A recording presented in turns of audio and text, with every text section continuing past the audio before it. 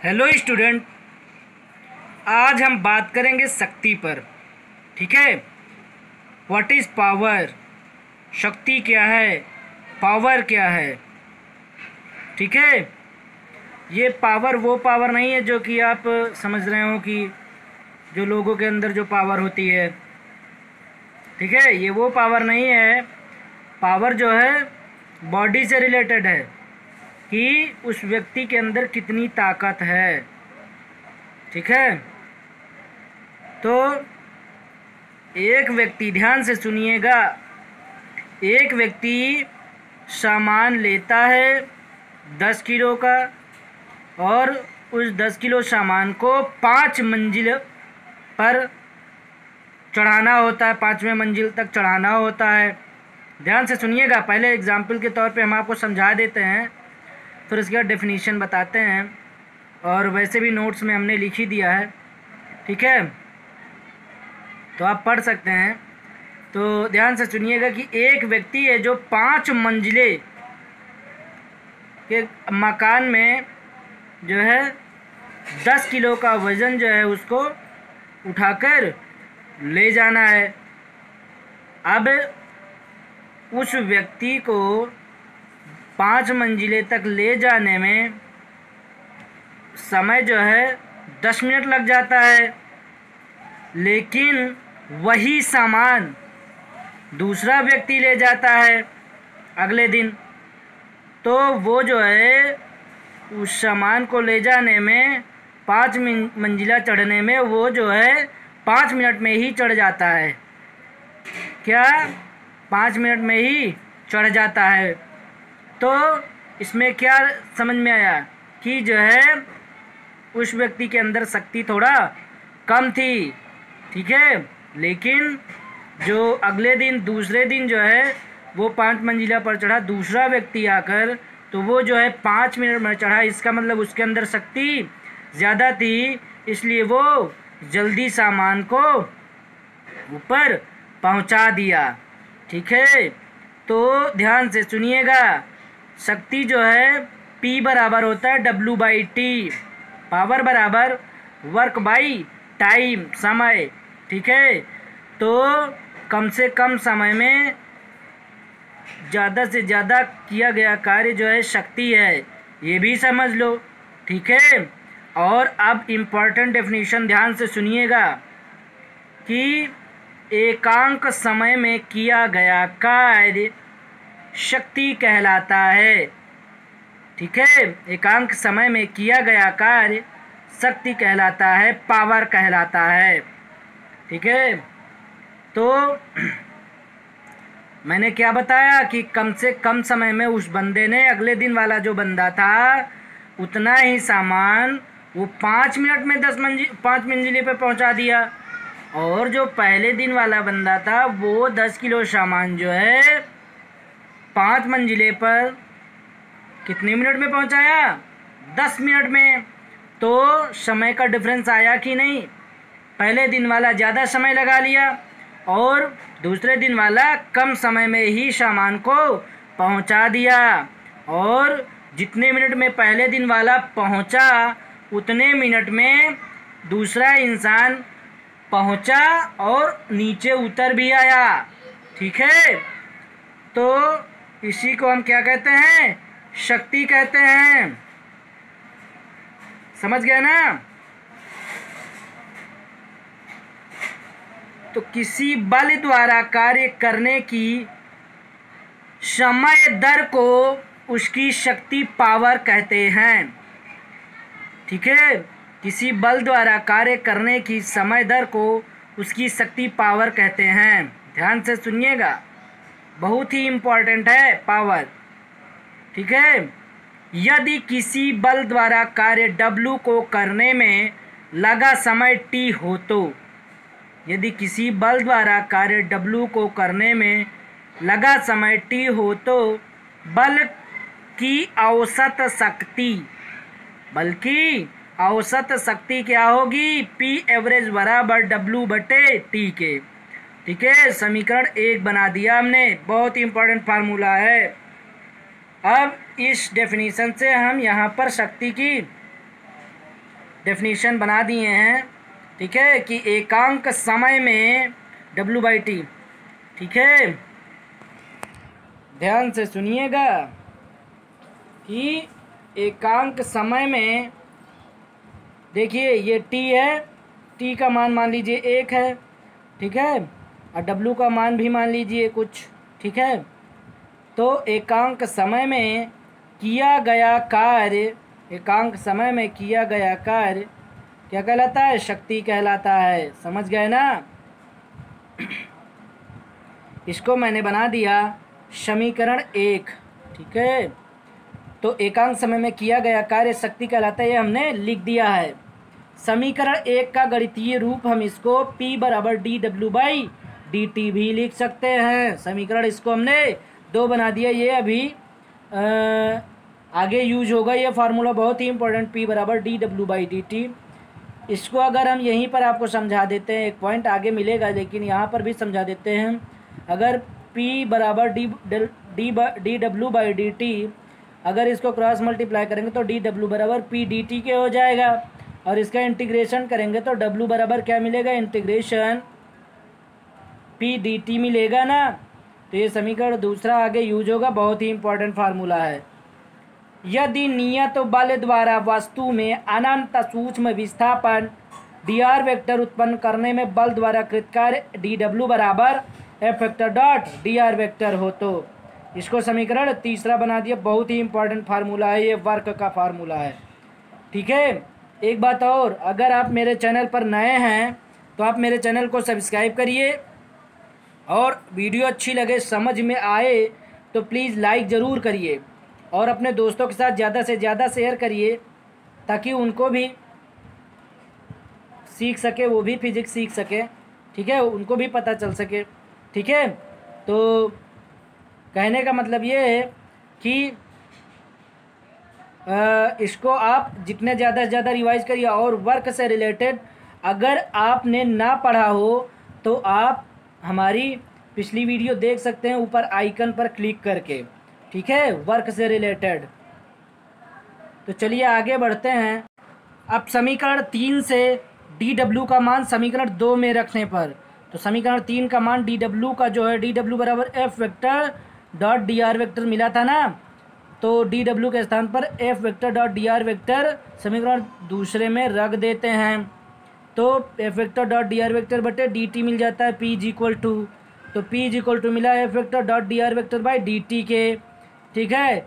यहाँ पर हम मान लेते हैं फोर्स जो है क्या लगभग के नियत है, चूँकि क्या फोर्स जो है लगभग नियत के है, ठीक है। तो इसमें जो है ये क्या बन जाएगा, ध्यान से सुनिएगा, क्या कि dr vector by dt we know that, हम जानते हैं कि dr vector by dt is equal to v vector के वेलोसिटी के, अर्थात तो वेग के, चाल के, ठीक है। तो यहाँ पर dr वेक्टर बाई dt के स्थान पर हम क्या रख देते हैं? v रख देते हैं, तो क्या होगा? p is equal to F vector dot v vector के। समझ गया ना क्या कहा मैंने? p is equal to F vector dot v vector के, ठीक है।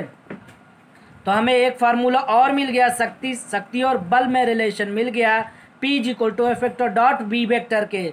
इसको हमने समीकरण 4 बना दिया, ठीक है। अगर हमारी पुरानी वीडियो, आपने पिछली वीडियो ना देखी हो वर्क से रिलेटेड कि कैसे डिराइव करते हैं फार्मूला, कैसे निकालते हैं, तो आप हमारी पिछली वीडियो ऊपर आइकन पर क्लिक करके आप देख सकते हैं, ठीक है।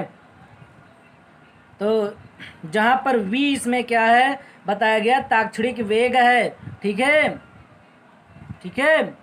अब हम यहाँ पर एक इम्पोर्टेंट इसका जो है इसी से रिलेटेड मैंने डेफिनेशन बनाया है, ध्यान से सुनिएगा कि बल की ताक्षणिक शक्ति जो है वो बल की जो ताक्षणिक शक्ति P है वो बराबर है किसके?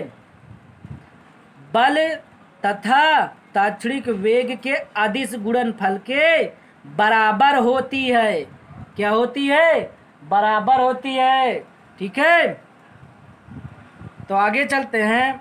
यदि बल जो है F वेक्टर, यहाँ यही सी इक्वेशन में ध्यान से सुनिएगा 4 में P बराबर F vector dot V vector मिला, तो आगे देखिए, यदि बल F वेक्टर तथा ताक्षणिक वेग V वेक्टर के बीच कोण थीटा हो, तो समीकरण 4 से हमें क्या मिलेगा, P बराबर एफ वी कॉस थीटा। इसको हमने समीकरण 5 बना दिया।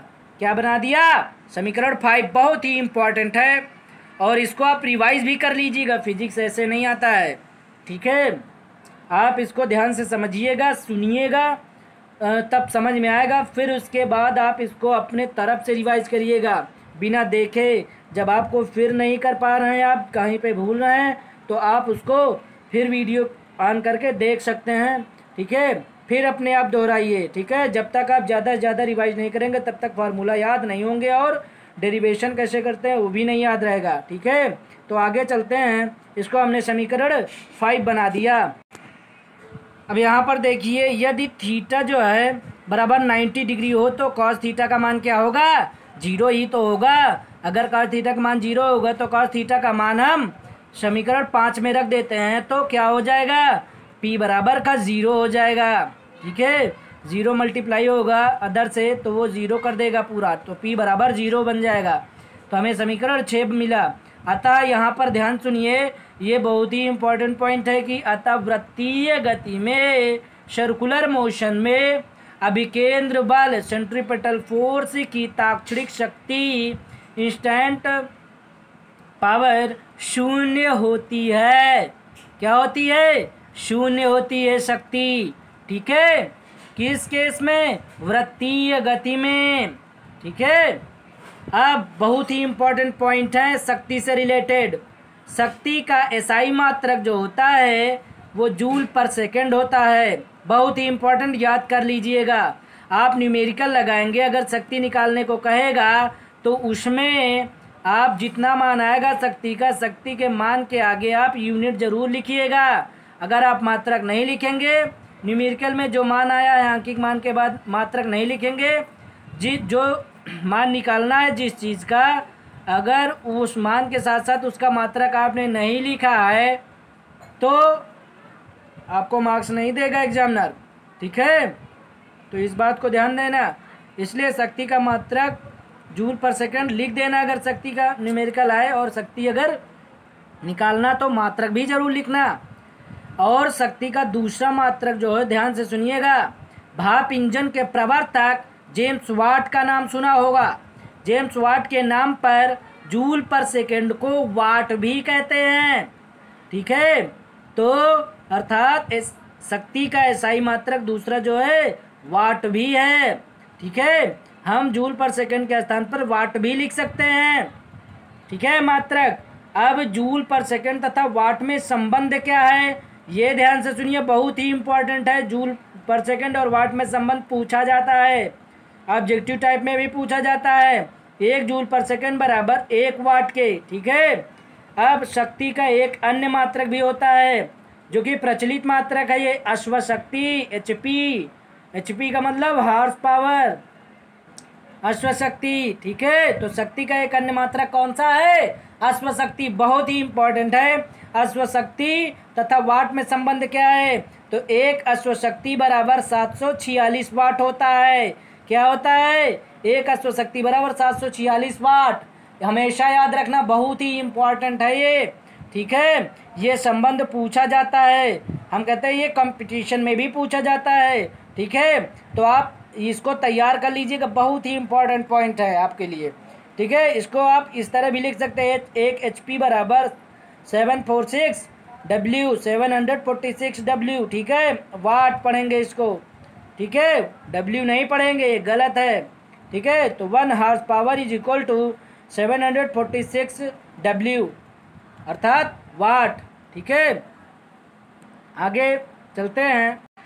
शक्ति का जो विमीय सूत्र है, क्या, शक्ति का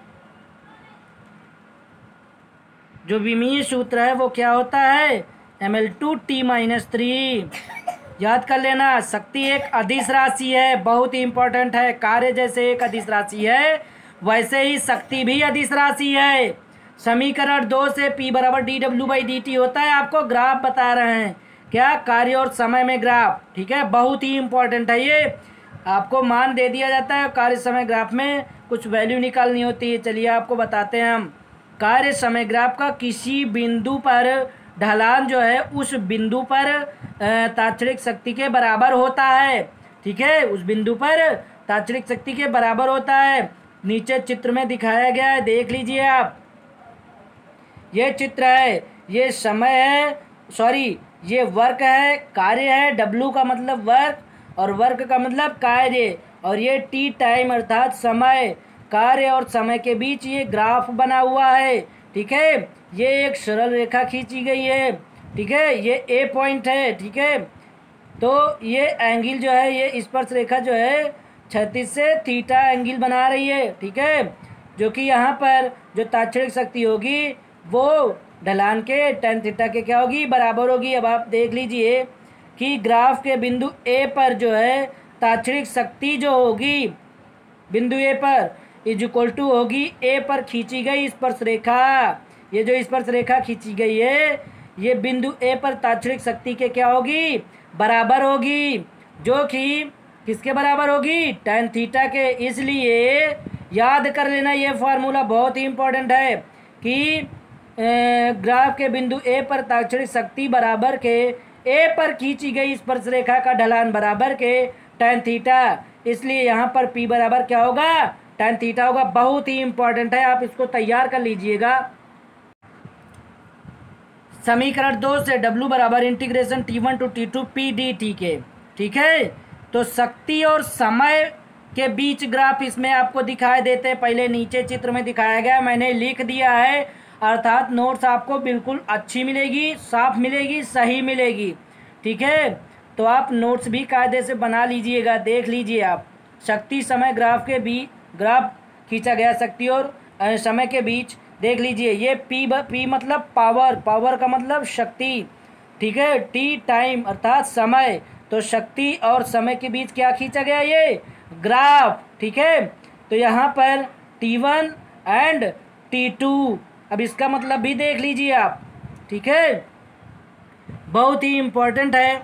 शक्ति समय ग्राफ तथा समय अक्ष के बीच इस फार्मूले से के भाग का जो क्षेत्रफल है वो किसके बराबर होता है, कार्य W के बराबर होता है। अब आप यहीं पर देख लीजिए, P dt जो है समय, शक्ति और समय जो है वो कार्य के बराबर है, और जो T1 to T2 लिमिट है। ठीक है, तो शक्ति समय ग्राफ तथा समय अक्ष के बीच का के जो भाग है उस भाग का जो क्षेत्रफल है उस क्षेत्रफल के कार्य के बराबर होता है। क्षेत्रफल जो होता है, ठीक है, ये इस एरिया का पूरा क्षेत्रफल जो है वो क्षेत्रफल जो है कार्य के क्या होगा, बराबर होगा, अर्थात बराबर होता है। नीचे चित्र में दिखाया गया है, मैंने आपको दिखा दिया पहले ही, अब फिर देख लीजिएगा। शक्ति समय ग्राफ पर क्षण T1 से T2 तक बल द्वारा कृत कार्य, शक्ति समय ग्राफ पर क्षण T1 से T2 तक बल द्वारा कृत कार्य छायांकित क्षेत्रफल के क्या होगा, बराबर होगा। वो मैंने आपको पहले ही बता दिया है। ठीक है, तो जो कृत कार्य है, बल द्वारा किया गया कार्य, T1 से T2 तक किया गया कार्य जो है वो इस घिरे हुए क्षेत्रफल के क्या होगा, बराबर होगा। ठीक है, ये याद रखिएगा, बहुत ही इंपॉर्टेंट पॉइंट्स है, और ये ग्राफ भी याद रखिएगा। ठीक है, कभी मान दे दिए जाता है T1 और T2 के, और आपको ये फार्मूला यूज़ करना होता है यहाँ पे, W बराबर integration T1 to T2 P dt के।